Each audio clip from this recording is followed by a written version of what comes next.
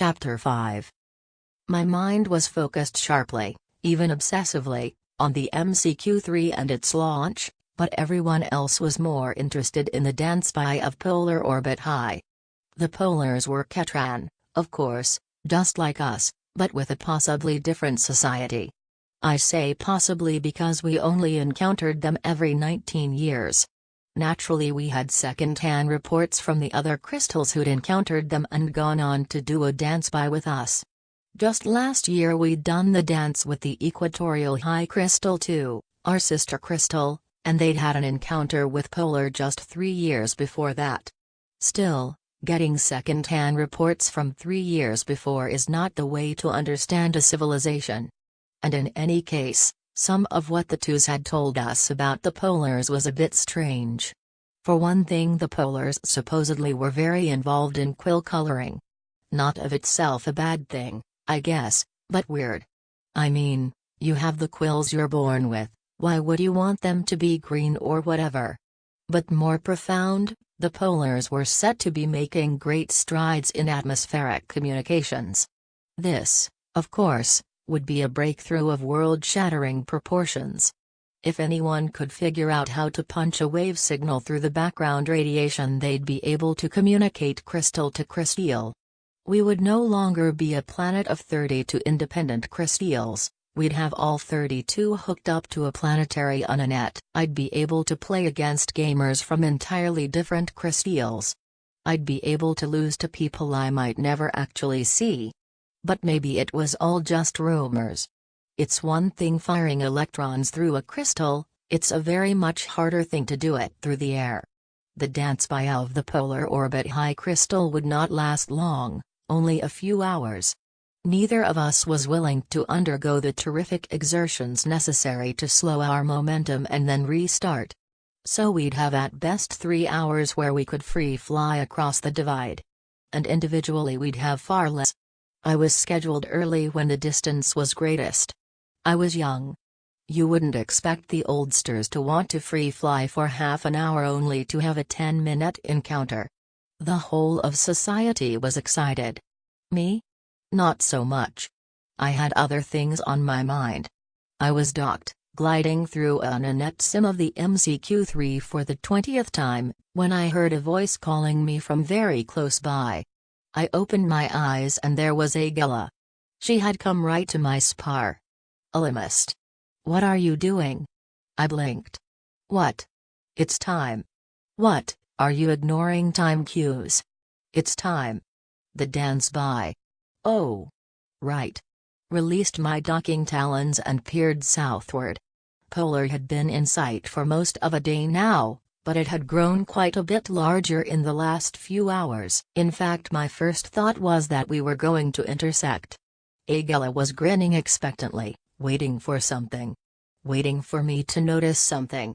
I frowned and returned my attention to Polar. Then I yelled. Hey. Agella nodded. Yeah. They've gone asymmetrical. Look at that new growth. The sphere, or what should have been a sphere, had a definite lump. The lump was only 1/10 of the diameter, but way too large to be simply new growth awaiting a trim. Not asymmetrical, Agella said. Or at least that's not the end goal, I think. I may be wrong, but I suspect a pattern. You can't see it from here, but I think they're trying to flatten the sphere in all directions.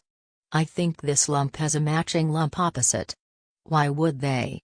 Airfoil, she said triumphantly. The Polars are making an airfoil. For the first time in 7 days I completely forgot about MCQ-3. An airfoil. It was something out of fiction. It was no surprise that a sphere was harder to keep lifted than an airfoil. The airfoil could fly into the prevailing breeze and actually derive lift. It was the utopians' answer to engines. Attaching engines to a crystal might destroy social cohesion, but an airfoil design would still require the people to lift. They would just have to lift a lot less. I once read that an efficient airfoil design would allow for half the people to be in free flight at any given time. That would be so breezy if they did it, Agella said jealously. I wonder if we'll ever try. Maybe, I said doubtfully. I recall to mind images of the wise ones in council. Half of them were so old they were more drag than lift. I was willing to bet some of them had dropped dead on the spot when they saw the Polar's airfoil. "Come on, let's get going," she urged. We forifed, flew free, fast, and furious. Not a moment to be lost. Agella, being female, was faster than me, of course, but she restrained her impatience to allow me to keep up. I rode her wind, staying just behind her. This had the advantage of offering me a view that included both the amazing soon-to-be airfoil and Agella herself. She had lovely pods. Not the point, Tumen, I thought. Not really what you need to be thinking about right now. Moans. She was spreading the moans for me. For me? No, surely not. Agella could have any male she wanted. She was beautiful, well-formed, sturdy, intelligent, funny, beautiful, very beautiful. That was several too many beautifuls, I said to myself. It was true then, Agella was spreading moans. And I was helpless in her slipstream. I cut left, clear of her backwash. It slowed me down a bit, but that was good. Anything to bring me clear air. I sucked fresh air, but it was almost too late. My quills were ticklish for sure. How could she do this? She was a fellow gamer. It was an outrage, and with the trip coming up, and the dance beyond. It was a low trick, that was for sure. She had to have noticed my sudden, graceless exit. She had to know why I'd done it. Great, now she'd be angry at me, and I was so completely not in the frame of mind to be diplomatic and polite and play it breezy. My brain had crashed.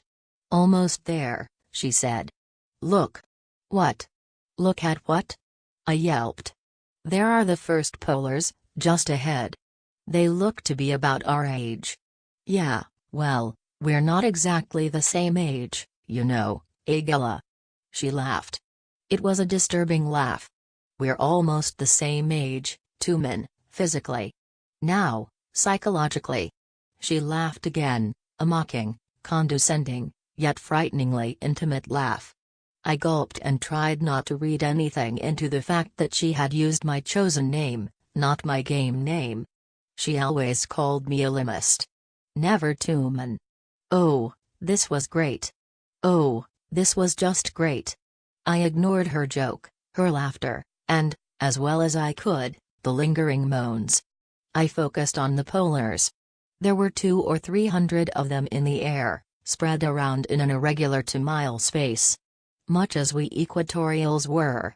Like 2 sparkling clouds of Weiner pests. I looked back and saw my own home Crystale. It looked very old-fashioned now, dull, compared with the radical polar design that was now undeniably visible as an eventual airfoil. It made me a little defensive, I guess. Our home was larger, older, and I thought, more beautifully colored.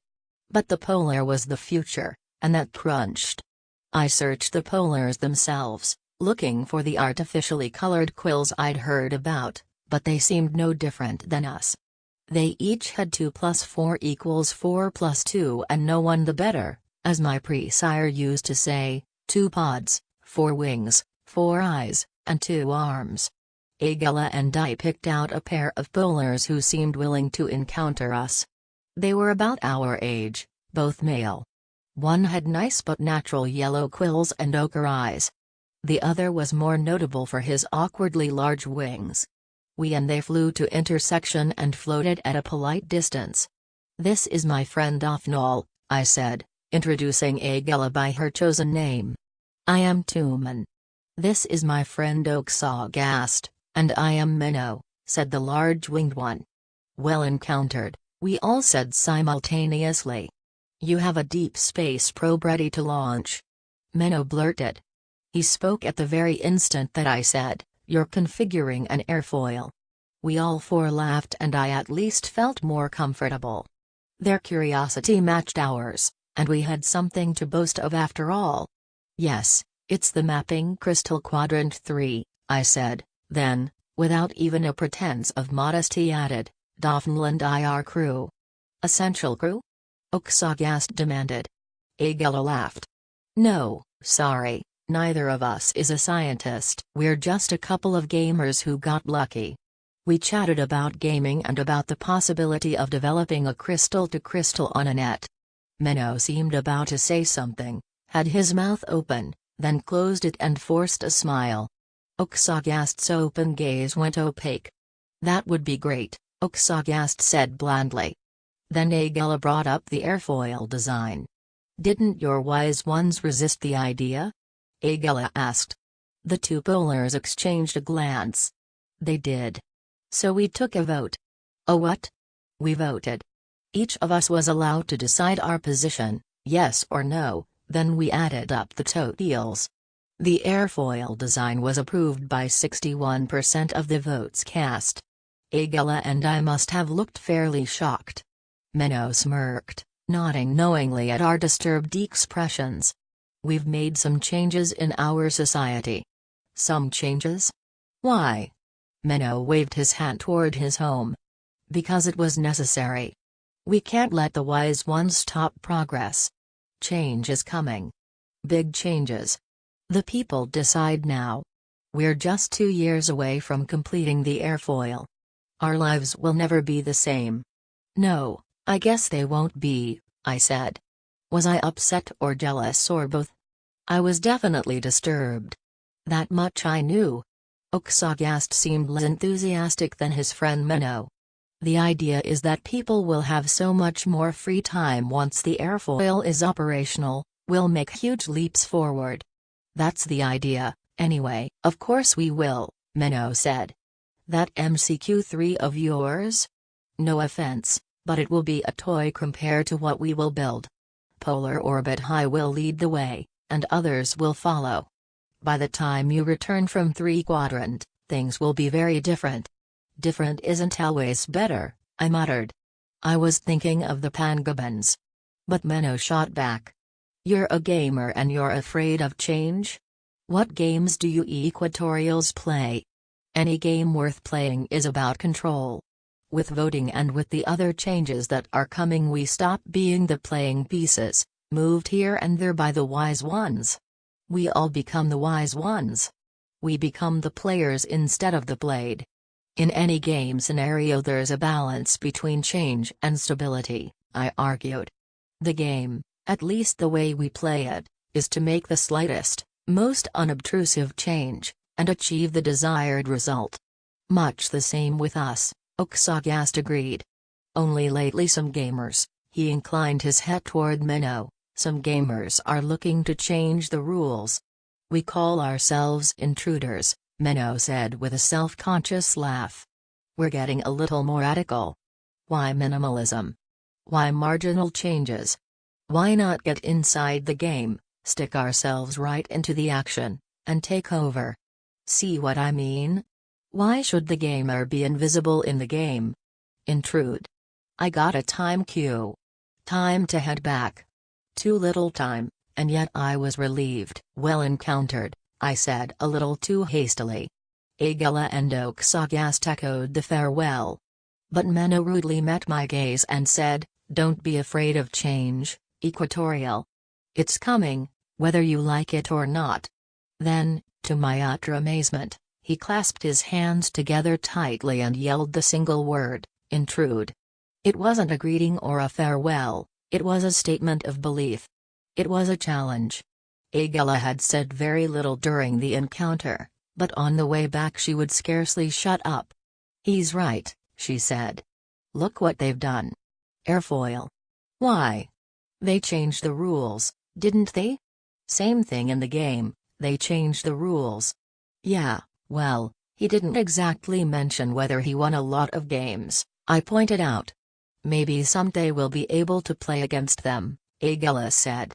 Maybe sooner than you think, I said, remembering the Polars' strange, constrained looks when I mentioned crystal-to-crystal communication. Had the Polars solved that problem? That would be a true revolution, far more profound even than replacing the government of the wise ones. Of course their transmission would be pretty pointless until other crystals had receivers. Otherwise they'd be a voice crying in the wind, unheard. So I thought, and comforted myself with that illusion.